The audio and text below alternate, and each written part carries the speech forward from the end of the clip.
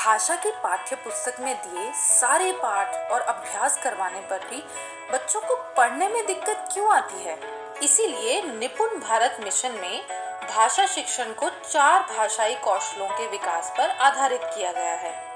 यह कौशल हैं मौखिक भाषा विकास, शब्द पहचान, समझकर पढ़ना और लिखकर अभिव्यक्ति। बच्चे समझकर पढ़ें, इसके लिए निपुण भारत मिशन में भाषा और साक्षरता सिखाने का विश्व भर में स्वीकृत तरीका अपनाया गया है। समझकर पढ़ना सीखने के लिए लिपि ज्ञान के साथ साथ भाषा की समझ होना भी उतनी ही जरूरी है। इसीलिए ये जरूरी है कि भाषा के इन 4 कौशलों का कक्षा में एक साथ विकास किया जाए। मौखिक भाषा विकास, शब्द पठन या डिकोडिंग, समझकर पढ़ना और लिखकर अभिव्यक्ति। निपुण भारत मिशन में इन्हीं 4 कौशलों से प्रेरित होकर 8 प्रकार की गतिविधियां बनाई गई हैं।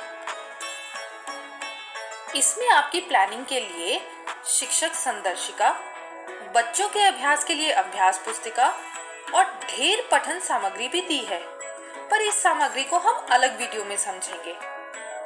चलिए पहले भाषा के इन 4 कौशलों को विस्तार से समझते हैं। मौखिक भाषा विकास। मौखिक भाषा विकास क्या है और बच्चों को इसे सिखाना जरूरी क्यों है? भाषा हमारे सोच, विचार और भावनाओं को रूप देती है। किसी भी भाषा में पढ़ना और लिखना सीखने के लिए उस भाषा में बोलना, सुनना और सोचना जरूरी है। इसीलिए भाषा की समझ बनाने के लिए मौखिक भाषा का विकास जरूरी है। बच्चों का मौखिक भाषा विकास कैसे करें? बच्चों के साथ चित्रों, कहानियों, कविताओं, खेल और अभिनय पर चर्चा द्वारा हम उनके मौखिक भाषा के कौशलों का विकास कर सकते हैं। बच्चों से बातचीत करना और ज्यादा से ज्यादा बोलने के मौके देना, चर्चा के दौरान प्रश्न पूछना, अपनी सोच को आसान तरीके से व्यक्त करने के मौके देना और उनके विचार जानना आदि, इन सभी को अपनाने से हम कक्षा में बच्चों के मौखिक भाषा के कौशलों का विकास कर सकते हैं। मौखिक भाषा विकास के लिए शिक्षक संदर्शिका में दी गई गतिविधियां और उनकी योजना आपकी मदद करेगी। उदाहरण के लिए आइए संदर्शिका में से एक दिन की योजना देखते हैं। यहाँ आप वीडियो को पॉज करके मौखिक भाषा विकास की योजना को पढ़कर समझ सकते हैं। अगला भाषाई कौशल है शब्द पठन या डिकोडिंग। किसी भी भाषा की लिपि यानी वर्ण शुरुआत में बच्चों को चिन्हों जैसे लगते हैं। इसीलिए भाषा में किसी शब्द को पढ़ने के लिए बच्चों को पहले यह सीखना होगा कि शब्द के सभी चिन्हों को अलग अलग कैसे पढ़ा जाता है और फिर मिलाकर एक साथ कैसे पढ़ा जाता है। इस प्रक्रिया को डिकोडिंग कहते हैं। वर्ण और ध्वनि पहचान सीखने से बच्चों का डिकोडिंग का कौशल मजबूत होता है। वर्णों और ध्वनियों के मिलान और वर्ण पहचान के अभ्यास से बच्चे धीरे धीरे शब्द पढ़ पाते हैं।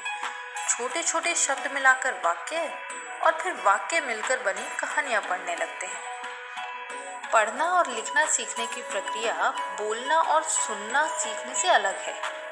बच्चे अपने आप लिखा हुआ देखकर पढ़ना नहीं सीख सकते। पढ़ना लिखना सीखने के लिए चिन्हों की पहचान और डिकोडिंग सीखना जरूरी है। चलिए अब समझते हैं कि कक्षा में डिकोडिंग कैसे सिखाएं। इसके लिए एक दिन की शिक्षण योजना को देखकर डिकोडिंग की गतिविधियों को समझते हैं। सबसे पहले बच्चों को ध्वनि पहचानना सिखाएं। जैसे उन्हें शब्द की पहली आवाज पहचानने को कहें या फिर उन्हें दी गई ध्वनि से शुरू होने वाले शब्द सोचकर बताने को कहें। जैसे क से शुरू होने वाले शब्द बताओ। फिर उस ध्वनि का चिन्ह यानी वर्ण पहचानना सिखाएं। जैसे वर्णकांड दिखाकर बताएं कि यह है क। वर्ण या चिन्ह को फिर लिखना सिखाएं। इन सभी के बाद अभ्यास पुस्तिका में दिए ध्वनि और वर्ण पहचान लेखन और मिलान के भरपूर अभ्यास करवाएं। इसके साथ साथ ही उन्हें वर्णों को जोड़कर शब्द बनाना और शब्द पढ़ने का अभ्यास करवाएं। जैसे क और म मिलाकर बनता है कम। अगला भाषाई कौशल है समझकर पढ़ना। हमने अक्सर कक्षा में देखा है कि बच्चे पढ़ तो लेते हैं, पर जो पढ़ते हैं उसका अर्थ नहीं समझ पाते। अगर वे रुक रुक कर धीमी गति से भी पढ़ते हैं तो अलग अलग शब्दों का अर्थ तो समझ लेते हैं, लेकिन पूरा वाक्य पढ़कर समझ नहीं पाते हैं। चलिए जानते हैं कि बच्चों को समझ के साथ पढ़ना कैसे सिखाएं। कहानी सुनना। सुनकर समझना पढ़कर समझने की क्षमता को बढ़ाता है। कार्यक्रम में दी गई कहानियों को बच्चों को सुनाएं और उन पर चर्चा करें। इससे उन्हें सुनकर समझने का अभ्यास होगा। साथ मिलकर पढ़ना और किताबें पढ़ने का स्वतंत्र समय देना। लिखे हुए शब्दों पर उंगली रखकर बच्चों के साथ पढ़ने से बच्चों को दाएं से बाएं पढ़ना, शब्द या वाक्य के बाद रुकना और उन्हें एक धारा में समझते हुए पढ़ने की आदत होने लगती है। स्वतंत्र पठन का समय देने से भी ये समझ बनती है। समझ बनाने के लिए पाठ पर चर्चा करना। समझ बनाने के लिए बच्चों को कहानी सुनाते हुए बीच में रुककर हिस्सों पर प्रश्नों द्वारा चर्चा करनी चाहिए। ऐसी चर्चा से खुद पढ़कर समझ बनने लगती है। आइए इसके लिए भी संदर्शिका की एक योजना को देखकर गतिविधियों को समझते हैं। यहाँ वीडियो को पॉज करके आप इसे पढ़ भी सकते हैं। अगला भाषाई कौशल है लिखकर अभिव्यक्ति। जिस तरह से हम बोलकर दूसरों तक अपनी बात पहुँचाते हैं, उसी तरह लिखना भी अपने विचारों को बांटने का एक तरीका है। वर्णों या चिन्हों को पहचानने और लिखने के साथ ही अभिव्यक्ति के लिए लिखना सीखना भी जरूरी है। अगर बच्चे स्वतंत्रता से लिखना भी सीखें तो उन्हें अपनी बात अभिव्यक्त करने का अभ्यास होगा और वे अपनी मर्जी से कुछ भी लिखना सीख पाएंगे। चलिए समझते हैं कि कक्षा में लिखकर अभिव्यक्ति करने के कौशल के लिए कैसी गतिविधियां करवाएं। इसके लिए चित्रों द्वारा अभिव्यक्ति के मौके देना, स्वतंत्र लेखन के मौके देना, अपने अनुभवों को अपने शब्दों में लिखने के मौके देना और बच्चों के साथ मिलकर लिखना शामिल है।